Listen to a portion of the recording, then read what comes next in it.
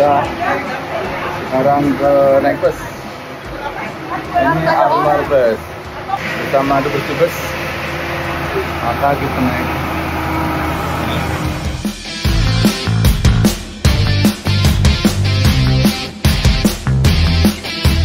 Terus dalamnya seperti itu. Oh, dapat makanan. Kalau duduk di sini harus ada safety belt.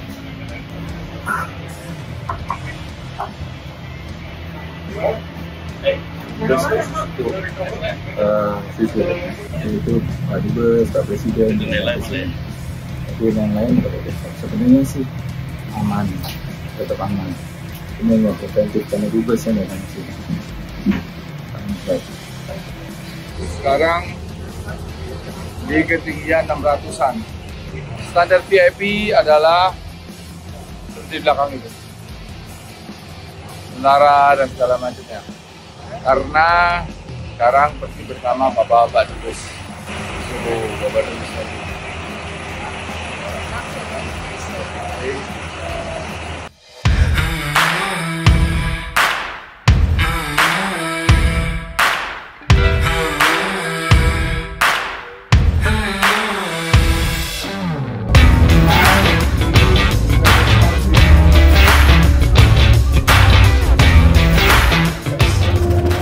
Sekarang lagi perjalanan ke mana? Ke Tembagapura. Jadi naik bus yang kira-kira dipakai Pak Presiden untuk ke Tembagapura. Busnya sih sebenarnya biasa, cuman karena VIP Pak Presiden harus pakai anti peluru. Nah, naik bus anti peluru 4x4 untuk kekuatannya. Jadi busnya truknya khusus.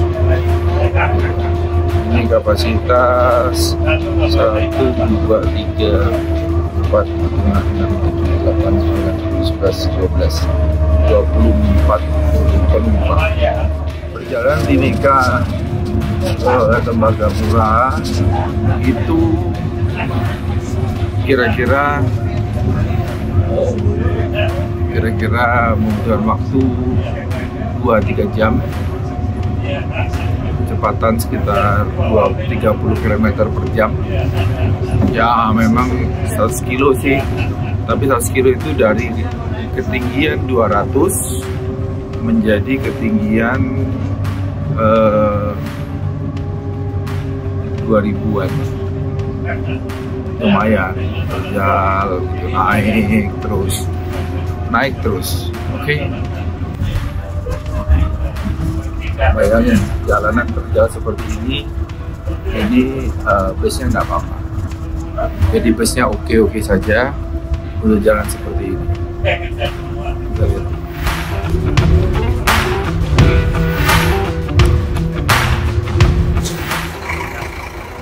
Dan sekarang memang keadaannya seperti ini. Ini arus batak dan tadi pemain angkat semua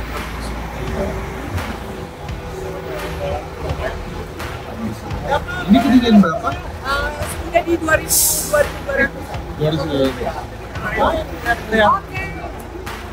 Kita foto. Ini delegasinya. Mau foto, kirain kenapa? Kita navigasi juga disiapkan. Kita mau smooth juga susah. Ini agak jadi. Freeport Indonesia.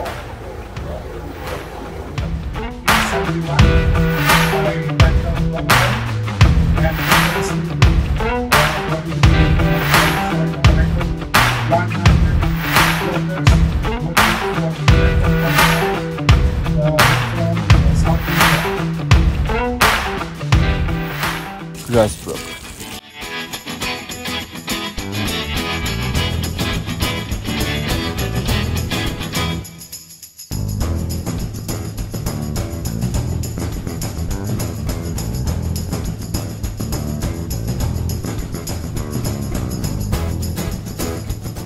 Ocesan Channel, sekarang saya ada di Grasberg di ketinggian 4.300. Ya, hari ini kita dapat kesempatan di PT Freeport Indonesia untuk visiting untuk minefield. Ruang penjelasannya nih, nah, bersama bapak-bapak itu.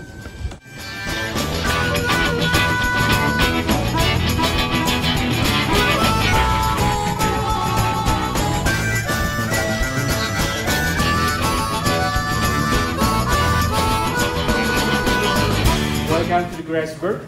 This is one of the biggest single pit mining copper and gold in the world. And then the outside conditions, if you are aware of the cold, it's mostly around maybe around 5 to 7, so less than 10 degrees of Celsius.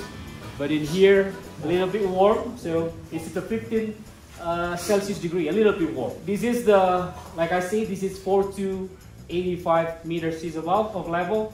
We are on the north side of our Grasberg. Grasberg is on your back.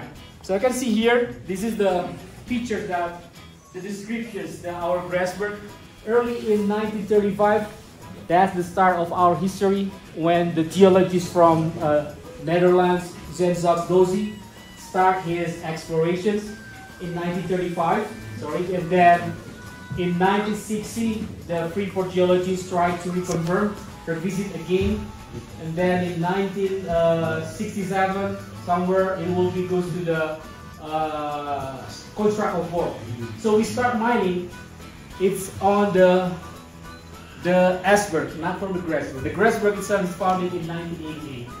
Dari kita, dari Grasberg ini digali, kita kirim ke crusher di sini, Pak. Ada satu crusher namanya crusher 467, kemudian digiling menjadi small partikel yang lebih kecil untuk bisa diolah tim dari mill. Dari input dari mining akan diolah lagi menjadi concentrate in general, and then transport to the port side. Ini hasilnya seperti ini. Ya, ini batu. Diangkat ke truk pakai ini besarnya. Batunya seperti, jadi memang kalau dilihat kita sebenarnya nggak bisa ngelihat mana mineral tembaga atau emasnya. Just about stone kan? Iya. Jadi hanya itu. Karena itu tadi kandungannya kan memang yang hanya sekitar 1% atau emasnya hanya sekitar 1 ppm aja. Kecil sekali.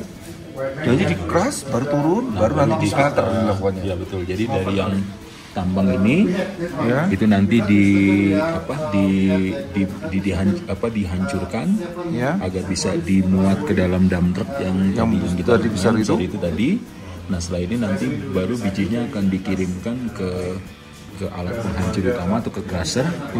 Nah nanti dari crusher itu baru dikirimkan melalui ban berjalan atau conveyor belt untuk dikirimkan ke area pabrik pengolahan yang ada di ketinggian di level 2.800 meter. Ya, ini Grasberg dan memang grass. Ini kita lihat nih. Ini dulu ada orang iseng jalan jauhnya dari Timika sana, jauh banget asli jauh. Itu ada 100 km.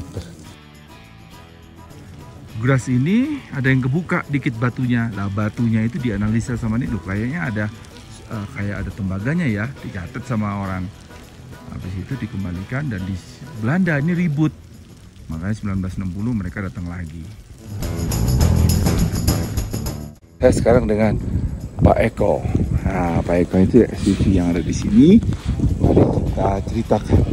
Pak, tanya rumputnya ini seperti apa? Ini kan rumputnya Pak ya? Ya betul. Ini jadi memang tumbuhan alami yang ada di sini. Jadi memang rumputnya. Boleh dipegang Pak? Ya seperti ini. Terus bagaimana mereka tahu bahwa di balik rumput ini ada mainnya Pak? Maksudnya ada tembaganya. Ya. Nah kalau yang untuk di awalnya yang di Esberg di Gunung Biji Timur itu memang awalnya yang geologi yang pertama itu melihat ada padang rumput. Nah, ketika mereka melakukan eksplorasi itu melihat ada padang rumput yang sebagian batuannya itu tersingkap. Oh iya? Nah ketika itu batuannya tersingkap itulah yang terlihat ada mineral tembaga di situ. Itu 1936? Itu yang 1936 eksplorasi awal. Nah itulah yang tersingkap terlihat. Nah, akhirnya mereka melakukan ekspedisi lanjutan untuk memfollow up temuan di ekspedisi awal mereka itu dengan membawa peralatan yang lebih lengkap. Tahun 19 berapa itu? Sekitar 60 ya? Ya, 60. Kalau boleh saya simpulkan, emasnya itu kan beberapa saja Pak ya, Betul. tidak banyak. Betul, Utamanya tembaga. betul. Jadi tidak benar bahwa di sini emasnya Emas. dibawa ke luar negeri, nggak benar ya Pak ya? Jadi memang kalau kandungan tembaganya itu rata-ratanya itu sekitar 1% Oh iya. kandungannya. Tapi kalau emasnya rata-ratanya mungkin sekitar 1 ppm. Oh kecil sekali. Kecil. Jadi sebetulnya kalau dalam 1 ton biji itu emasnya hanya sekitar 1 gram. 1 gram saja Mas. Tapi kalau yang tembaganya karena 1% itu sebetulnya jumlahnya lebih banyak. Oke. Tapi karena tadi karena nilai ekonomisnya harga emas itu juga jauh lebih mahal dibanding harga tembaga, sehingga juga nilai ekonomisnya juga jadi jauh. Suaranya juga lebih kenceng ya, Oh, kadang emas kan. Iya, kalau emas ya itu.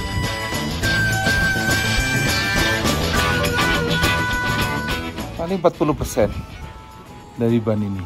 Dan ban ini gede banget.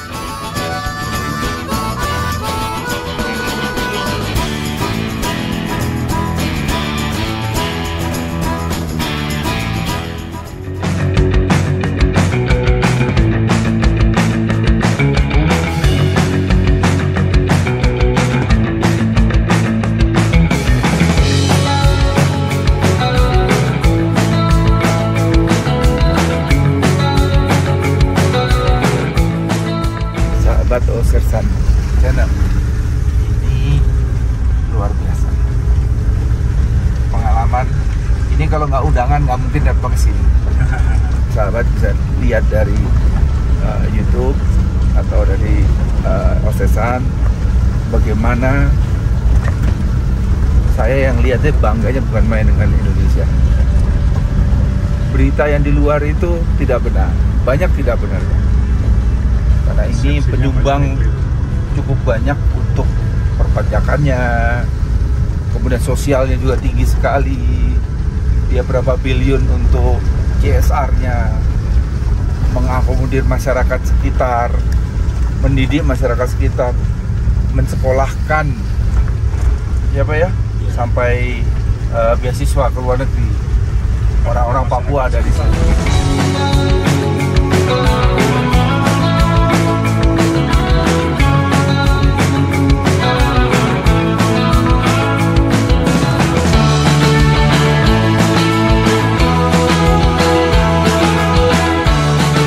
Sahabat, ini kita sekarang lagi di mobil Land Cruiser 4x4 V6 4800 cc. Tadi naiknya luar biasa. Sekarang kita turun sambil melihat di landscape.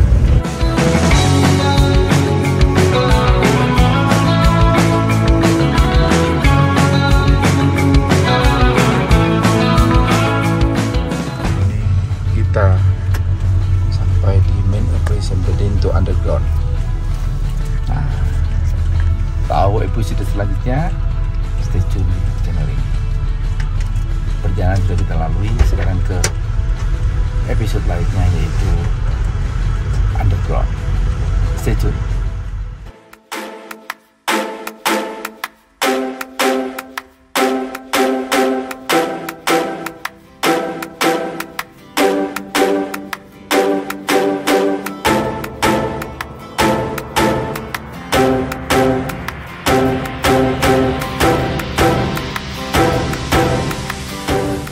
Kita sekarang di OB4, kantornya Underground. Slow aja karena kita 4 lantai kan. Oh iya. Ada lift, Di sini nggak ada lift, kita naik berolahraga. olahraga 4 lantai. 4 lantai. Hajar. Biar sehat. Jangan cepet-cepet ya.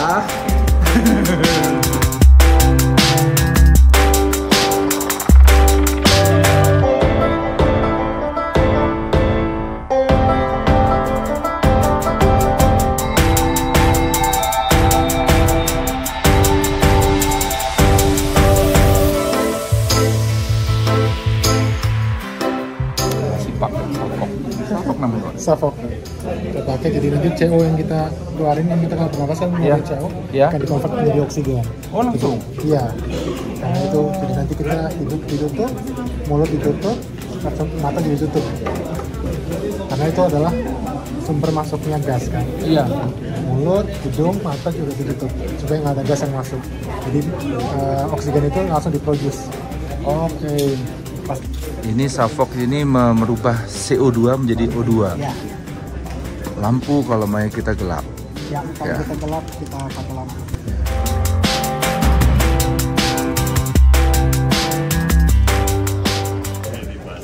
Keselamatan nomor satu. How's the feeling? Exciting. Excited. Running and controlling the operational of the production for this ship. So this one, if you have something emergency inside, that you need to have stop the equipment if there is a fire or everything like that, you just can hit that one out. Controlling from this table. So if you kalau untuk train nggak ada orang dalam. Semua di automation.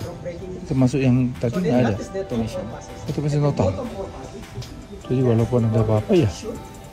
Jadi paradigma menambang yang dulunya kotor kata orang sekarang sudah jadi bersih. Ya berbeda. Beda banget dengan teknologi safety yang juga ya. Dulu nggak bisa kita lakukan, sekarang sudah bisa kita lakukan. Yang tahu ini bulat ini apa tadi lupa? Yang ini? Iya.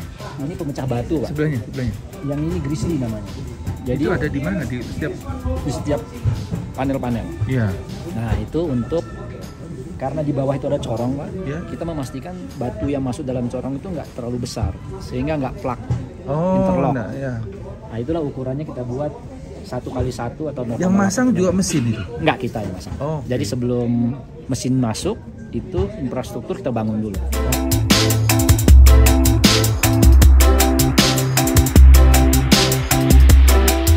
Semuanya otomatis, jadi semua pakai kontrol untuk keselamatan.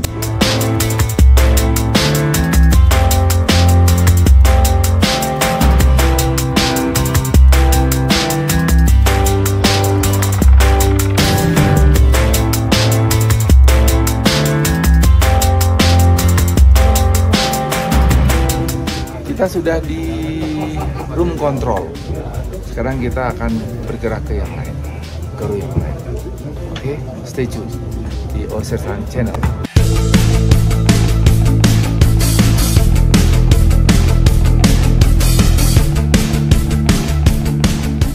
Sekarang on the way ke underground pemanjangannya. Jangan ada yang diskusi.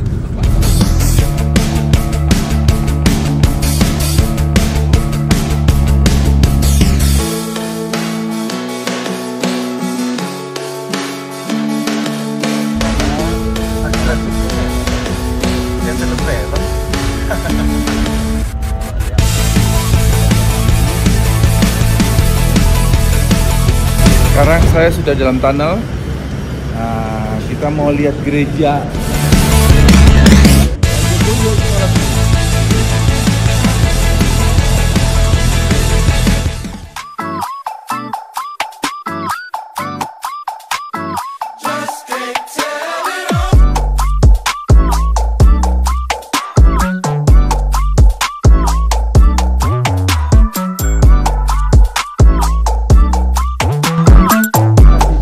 Sekarang saya di dalam masjid Al-Babul Munawar. Al-Babul Munawar. Kita harus tahu dalamnya dong. Ini dalam puasa di sini kapasitas 250 orang. Oh, 250 orang. Saya mau wudhu, saya buka baju karena ada heaternya di atas. Heater di atas. Kita lanjut di scene berikutnya. Salam sersan, salam semangat. Ini sekarang saya dari masjid, sekarang di gereja. Ini gerejanya. Oke. Dianterin saya ke dalam. Mari.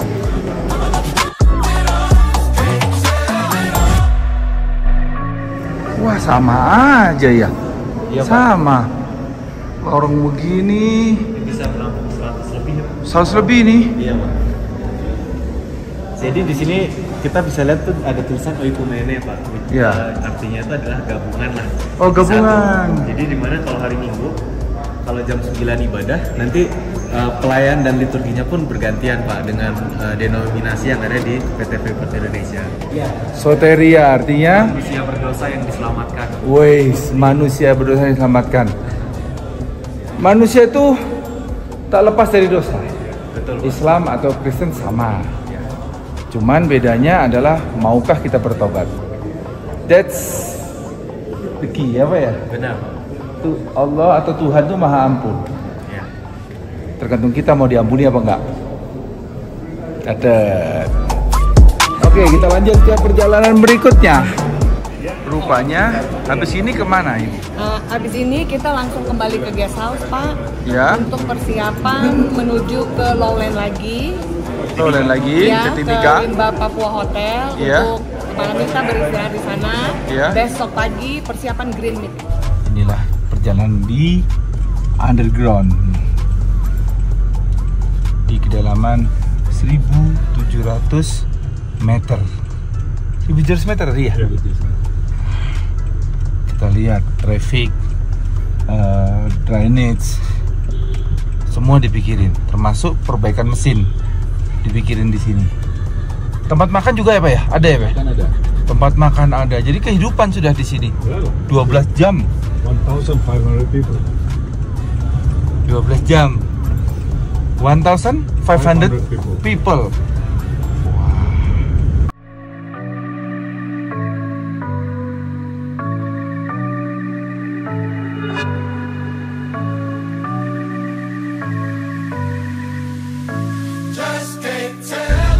Lampu merah lagi, traffic light lagi. Truknya berhenti pula nih. Truknya berhenti. Harus makin kecil kalau dari situ udah keluar ya. Kita sampai di luar dan di luar hujan. Itulah sejarahnya. Itu juga dia episode terkait Oh iya, banyak orang. underground. Kita lihat lagi episode selanjutnya. Iya. Stay tune. Itu Oh, saya karena channel. pendidikan juga. Channel yang serius Jadi di Swiss waktu tapi itu. santai. Jadi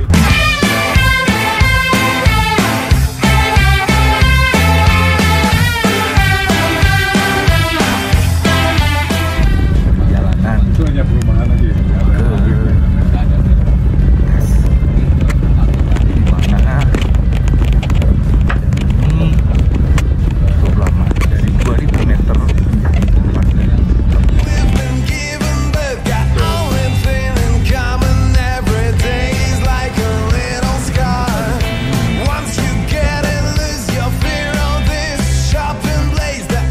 Nah, sekarang saya dengan Pak Dirjen atau Pak Dubes, dua-duanya, Pak Dubes Switzerland. Kalau saya sih amazed sekali Pak, luar biasa amazing. Ya. Nah, kalau Bapak bagaimana nih? Jadi kuncinya pertama, seeing is believing. Ya, itu satu. Yang kedua, saya kira kalau kita bicara mengenai foreign investment climate di Indonesia, satu hal yang kita pelajari dari kunjungan ini, kita tahu bahwa potensi tambang ini pertama kali ditemukan oleh seorang geolog asal Belanda tahun 1935. Nah, setelah itu sudah tentu Indonesia merdeka dan kembalinya Papua ke pangkuan Ibu Pertiwi, dan di zaman Bapak Presiden Soekarno pertambangan ini sudah dimulai. Jadi dengan perusahaan yang sama dari Amerika Serikat. Dalam perkembangannya Presiden Soekarno digantikan oleh Presiden Soeharto. Jadi tidak ada interupsi dalam investasi maupun proses produksi. Bahkan reformasi sampai akhirnya di zaman Bapak Presiden Joko Widodo, di mana setelah dilakukan divestasi, pemerintah Indonesia sebagai pemegang saham terbesar, majority, dan operasi dari tambang maupun foreign direct investment tidak terjadi interupsi. Kalaupun ada interupsi, mungkin karena COVID, mungkin karena teknis dan sebagainya. Tapi secara prinsip ini merupakan salah satu contoh di mana kondusi foreign direct investment di Indonesia itu guarantee, konsisten, dan juga tidak ada gangguan. Sehingga kesempatan ini juga kita perlu yakinkan pada investor asing di luar, ketika Anda investasi di Indonesia, investasi Anda aman, dan Anda juga bersama-sama akan bisa menikmati hasil investasi. Pada saat yang bersamaan, masyarakat dan negara Indonesia, Republik Indonesia juga memperoleh manfaat. Jadi suatu pengalaman yang luar biasa. Tadi saya sampaikan, seeing is believing. Ini betul-betul perjalanan yang luar biasa. Saya ucapkan selamat pada PT Freeport Indonesia dan juga teman-teman yang membantu kita dalam perjalanan ini. Semoga selalu maju bagi bangsa dan negara Indonesia merdeka. Ya, di Bapak Dubes sudah selesai.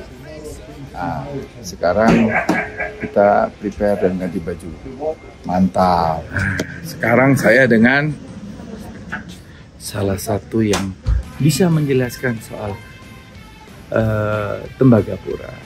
Saya Stefanus Branko Kalesaran, bekerja di bagian Corporate Communication PT Freeport Indonesia. Sudah tinggal di Tembagapura baru 12 tahun. Baru 12 tahun itu baru di sini. 12 tahun baru.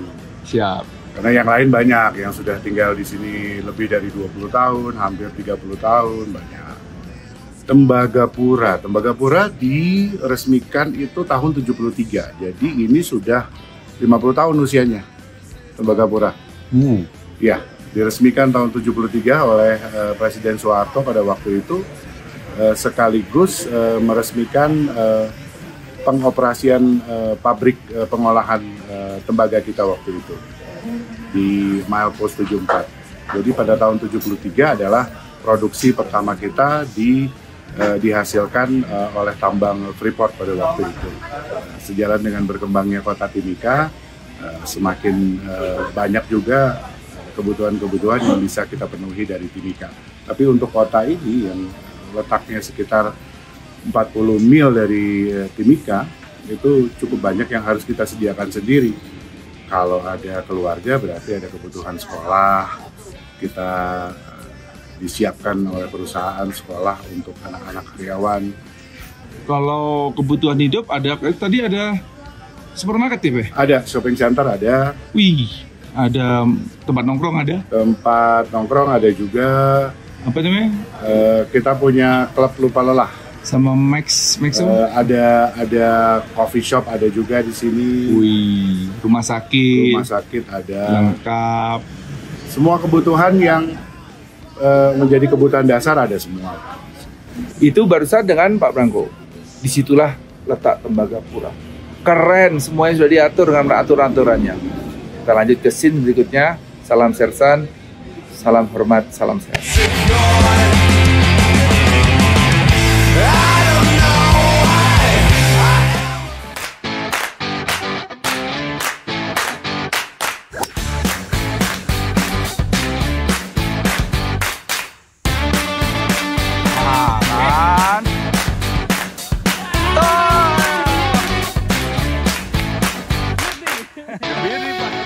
Selamat pagi, Osersan.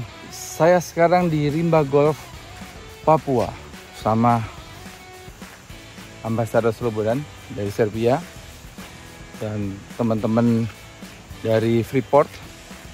Kita main, ada berapa tadi ya? Ada 6 flight kalau nggak salah di suasana hutan yang keren ini, lihat tuh. Nah, tuh. Kita nantikan cerita-cerita menarik dari dalamnya.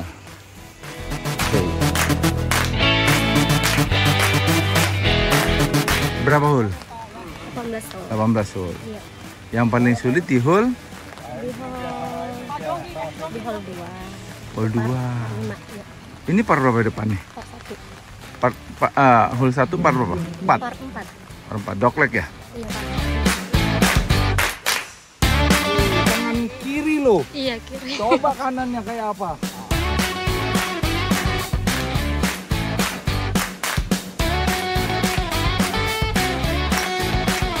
Itu juga. Hutan semua, Pak. Hutan. Tuh, kita golf di 3 hektar di hutan semua. Sejak dari tahun berapa nih? 95. 95. 96. Bapak pekerja ya? Saya di sini. Yang dari 96. Oh ya. Pak siapa? Pak Afia Lintang. Pak Afia Lintang. Pak Afia Lintang. Mantap. Oke.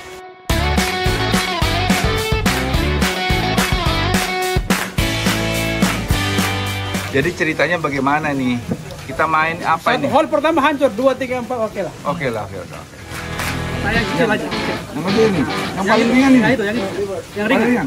Paling ringan. Paling ringan. Beri yang paling ringan. Boleh. Oh ini ada lighter ini mahal kali. Mahal nih, Lupon nih. Nyigar, habis dapat 4 nyigar. Iya, dapat 4. Itu ini belum biar the best shot at the home Rimba Papua. Rimba Papua. Golf course.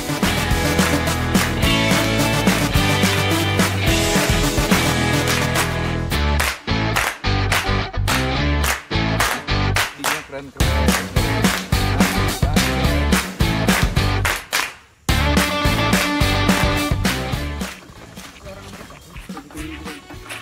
Di sini nih, di Freeport ini, kalau saya boleh bilang, orang udah kerja di sini males ke Jakarta. Happy di sini. Di sini. Kesejahteraan luar biasa. Rumah sakit ada semua lengkap. Fasilitas rekreasi ada. Fasilitas Mereka makanya kerjanya kalau diminta 12 jam ya 12 jam benar karena kesejahteraan dijamin.